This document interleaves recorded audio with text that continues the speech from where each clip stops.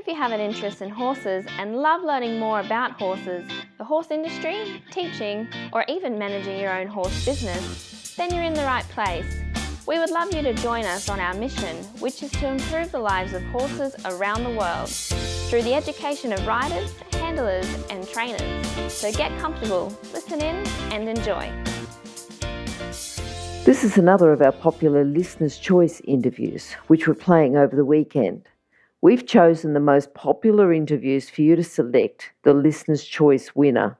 If you're not sure how the Listener's Choice competition works, have a look at horsechats.com/choice for the rules and the leaderboard. Our guest today is Danielle Keogh.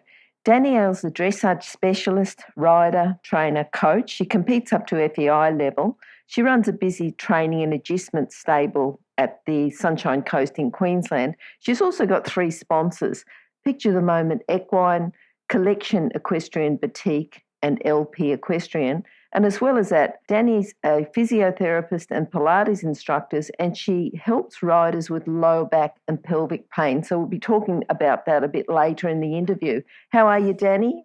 I'm very good, thank you very much. Good, good. Now, Danny, you've got a favourite quote for us that you're going to talk about? I guess I have a few quotes, but I definitely kind of try to live by this one. Success doesn't come with what you do occasionally, it comes with what you do consistently. Unfortunately, I think with dressage and with horses, you have to be consistent to achieve success. Yeah, it's very good to go to a clinic or go somewhere and learn something and get all inspired and say, right, that's what I'm going to do, and come back and ride a couple of times and that's it. Yeah. But it's got to be consistent, hasn't it? It's got to be there at regular basis. You know, every day you've got to be thinking about progression. Yeah. That's correct, yeah. Yep. Now, this particular quote, did you get told it? Did you read it? How did you come across it? I actually read this all the time, I guess, especially with social media, you come across things. But also I have been working not only as a physiotherapist but with dressage and coaching for a while. So you tend to hear things amongst other athletes, and because I think that quote can pertain to a lot of different things, not just horses. So I came by that many years ago. Okay. Now, when did you actually start with horses? Do you have first memories of the day that you first started with horses? Yes, very clearly. I actually started with horses when I was 4. My parents took me on a trail ride, and that was kind of it for me. Unfortunately, I hounded them nearly every day to continue riding horses. So that's how I actually started. And then it just really progressed from there. Now, the day that you went on the trail ride, do you remember the horse's name or remember anything particular incident that happened on that day? The horse was called Big Red, but he wasn't that big. I was only 4, but I think he was big for me. Yep. He was very, very gentle. I just loved him. It was a really good experience, and my parents were there, and because they weren't horsey at all, they just decided to take us out. Yep. Oh, that's good. That's good. Now, to do with your career with horses, you were actually working with horses while you were still at school, weren't you? Do you want to tell us a bit about that? Yes, that's correct. I started working with horses probably when I was about 10. There was a local riding school, and every weekend I'd want to go there, and obviously it was just free work, free labour, cleaning out stables and things like that. But to actually get a lesson, I used to have to do chores at home and pocket money to get the lesson. So that's how I first started working with horses. And then as I became a little bit older and into my teens, we moved to Hong Kong, and I used to ride and train the X-race horses there for them. Yeah, because they get quite a few X-race horses there. Yeah. All right, so that was your career. And then what happened after school? Did you go straight into horses, straight into physiotherapy? How did that work? I actually went straight into horses. I did get into university, but I wasn't sure. I really just wanted to work with horses. So my parents were great. They said, okay, go overseas and see how you go. So I did. And I went over there, and I went actually because I was much more into show jumping, and I went to a couple of show jumping yards. But while I was over there, I decided that I wanted to get my coaching accreditation. So I ended up at a dressage yard with a very good coach and trainer, and then that's when my passion for dressage, I guess, started. And that's when I continued on with the coaching and the dressage. But after a couple of years of doing that, my parents convinced me that I really needed to get a degree just in case something happened. I couldn't continue with horses. I came back to Australia and got my physiotherapy degree and then moved on from there. Yeah, so now though because you're doing a bit of a combination of both, aren't you? You've got your horses that you ride and train, your adjustment and training, your physiotherapy, and also your riders that you help with the physiotherapy. That's correct. Yeah. It's been great actually to be able to meld the two a little bit. And definitely when I coach riders, my eye for biomechanics and movement and dysfunction is definitely a lot better and a lot sharper, and I think that I can help them that way. Yep. And a lot of riders come to me as a physiotherapist for their back or hips or things like that, and I definitely think I can offer them something along those lines as well. Good. What do you think if someone's going to work in the horse industry, and not particularly as a physiotherapist, but just work, because you've worked in show jumping yards, in dressage, you've trained horses, you've done a lot professionally before you're working for yourself. What do you think they need to have as core skills or character traits? To really, I think, work in the horse industry, you have to make sure that you have the ability to work hard, and that's not just physically but also mentally. It takes a lot of mental toughness, I think, to work with horses. I think there are so many ups and downs and with the horses, and you have to be able to ride through all of those with an even keel, and if it's really what you truly want, you'll be able to find a way and make sure you're just not distracted, I guess, by things that might give you a down turn or again, say, give you an upturn. Yep. But I definitely think that you need that resilience, dedication, motivation, belief, all those things, I think. But definitely you need that mental and physical toughness. Yep. What do you think the best thing is about working in the horse industry? It's amazing really working with horses and these animals. I feel incredibly privileged to be able to ride them. I think they humble us daily, and for me they give me so much joy. I think I'm really lucky to be able to do it every day. I think that's probably the best thing about horses is just that joy, I think, that you can and that they give you. It is a lot of joy, isn't it? What about people who've influenced you? People? I think when I went over to the UK and started working there, I ended up in the dressage yard. I ended up with a lady called Pammy Hutton and Glenys Cox from the UK. She was another very good dressage rider. They influenced me quite significantly along that path, and they really taught me a lot about horse management, competition management, and then, of course, dressage itself. Yep. Good. And that got you started, as you said, had that introduction to dressage, and then you haven't looked back from there. Yes, that's correct. Unfortunately, that's where my passion went. I left the show jumping. I don't know if I'll be able to even see a stride now. I definitely love the dressage, and I love the how much technique you need, and definitely where my passion lies. Good. What about horses? You must have had horses or a horse that's particularly influenced you and helped you along the way. I think my first horse it influenced me. The first pony that I got, Patchy, my parents finally succumbed to my constant nagging, and I got a little pony. And the reason why I think he kind of influenced me because that was the first time I had to actually manage, look after, care for, ride, and I had to earn pocket money to try and feed him as well and go to lessons.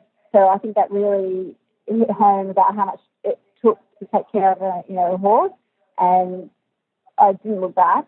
But my first kind of horse that I think really influenced me was a horse called Belcam Argentina. She was really my first good horse, and she was extremely talented.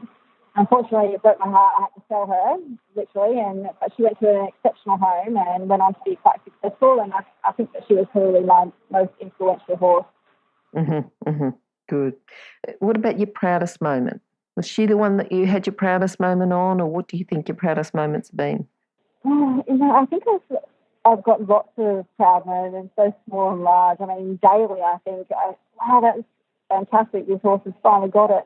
But definitely she was the first horse that I did well at big competitions, 2-star, state level, got into national. She was the first horse that I actually started to really do well on. Mm-hmm. So, winning it at state level, that's kind of, wow, that was good. Good. Just to do with that, because you've got sponsors. So have you been approached by sponsors? Do you approach sponsors? You've got 3 sponsors. Now, people want sponsors just to fall out of the sky and come along and give them the most fabulous things so that they can just retire with their horse and get sponsored and have everything paid for. Tell me a bit about how you're laughing. But, I think it's not going to just happen. But how did this happen that you've got 3? Do they approach you? Do you approach them? Can you tell us a little bit about that? Yeah, I'm incredibly lucky. The sponsors I have are absolutely fantastic, and they actually did approach me. But it doesn't really always work like that. Usually, you do have to kind of put applications in, or a lot of people do look for sponsors, and then you put applications in, or you approach people as well, and just maybe put in a letter, or just ask them if they would be looking for someone. Mm-hmm. Social media is massive, so you don't always have to have runs on the board for a sponsor to want to put their brand with you, but you definitely have to be out there showing off their brand, and either by social media, which is huge, or out at competitions, out at clinics, things like that. I think for sponsors to give these things, I think I have to reciprocate as best I can. I have to put their name wherever I go, put it forward kind of thing, and help them out just as much as they're helping me out. Yes, because the reason that they are even sponsoring you, ultimately they're in business to make money, to get sales, when it all boils down. Yeah. So you've got to do whatever you can. You've got to like the product in the first place, but then you've got to be able to recommend the product to other people and put yourself in the position, whether it's as a high-level rider or quite active on social media, to put yourself and their brand out in front of people. That's exactly right. So, like you said, at the end of the day, it's to make money. So if the more people that see me in that clothing, the more people see me with the bandages and saddle cloths, the more it's just out there, and more people click on it, more people go to their website, and that just generates, obviously, its own kind of income and things like that. Yep. What do you think's been your biggest challenge on your way to being where you are now?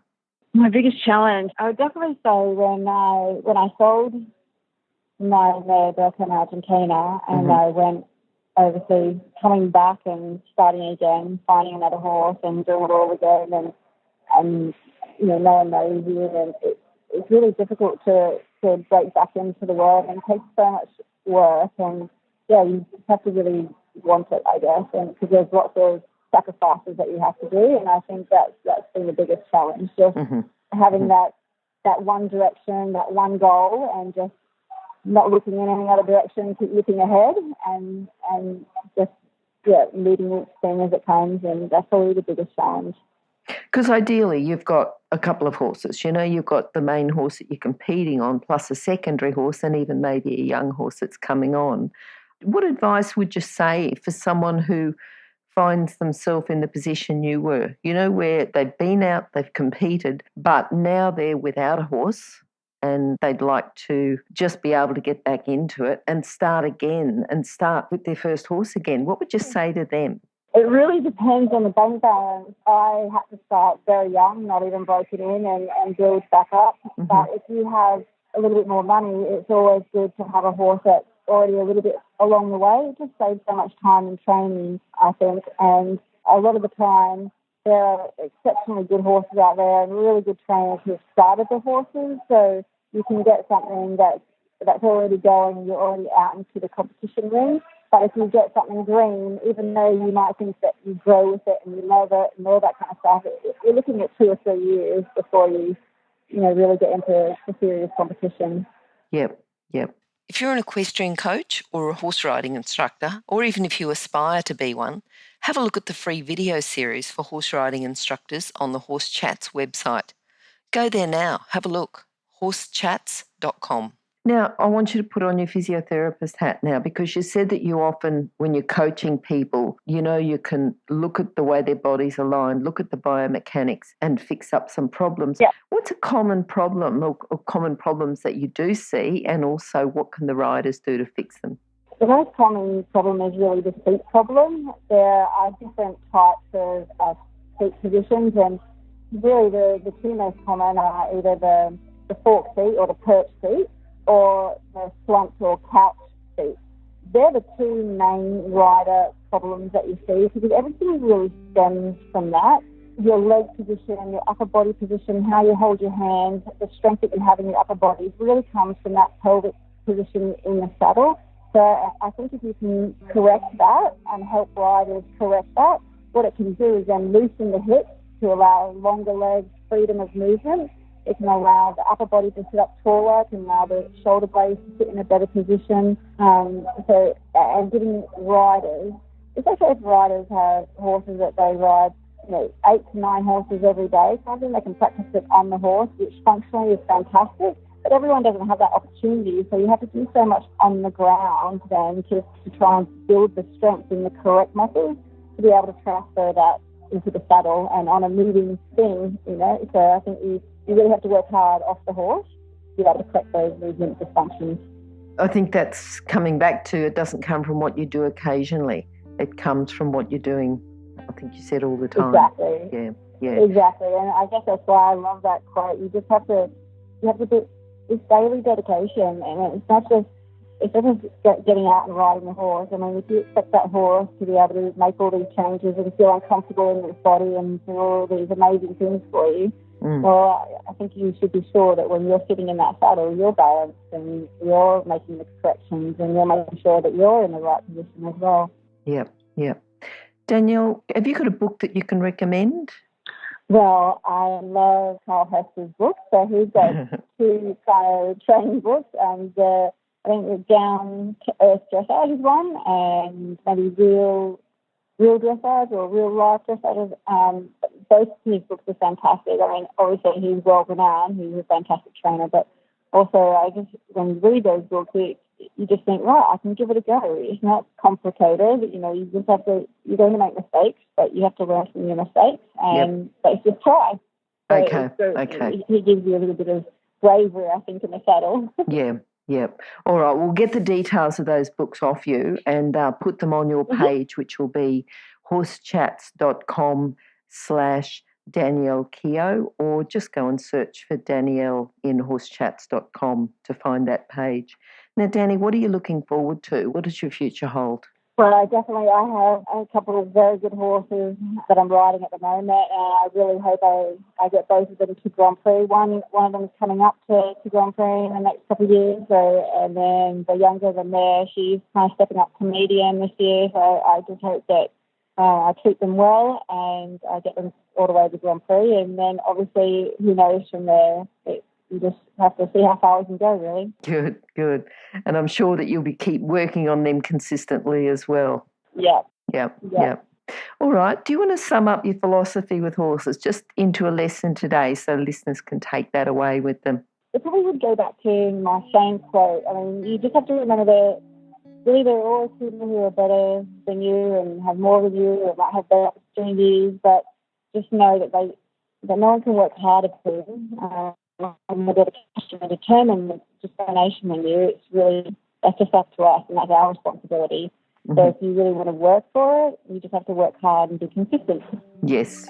And I think that's it. It's the consistency, isn't it? Yeah. Okay. And Danny, how can people contact you? They can contact me through my page on Facebook, so Danielle Keogh Dressage, and my phone number is on there as well. I haven't listed my email, but I'm on there all the time, so they just have to send me a message. And I reply fairly quickly. Yeah, I reply fairly quickly. Perfect. And my phone number is on there. They can send me a text as well. And those details will be on horsechats.com/Danielle Keogh, or just go to horsechats.com and search for Danielle and you'll find it. Danielle, thank you very much for talking to us today. It's been great talking to you as a physiotherapist, but also as a coach and someone who is riding at a high level, so understands the rider's position and also understands, has that depth of knowledge. So you're sort of using your training, to complement each other. So thanks for talking to us today, and hope to talk to you again sometime soon. Not a problem. Thank you very much for having me. Bye. Bye. Now, if you're still there, you probably know that I'm absolutely passionate about education within the horse industry. That's why I host this podcast. My other venture is Online Horse College. Have a look now at onlinehorsecollege.com, and I'll see you over there. Remember that our comments and instructions are general in nature and do not take into consideration your individual horses or your individual ability and circumstances. If you enjoyed this podcast, then please leave your comment below.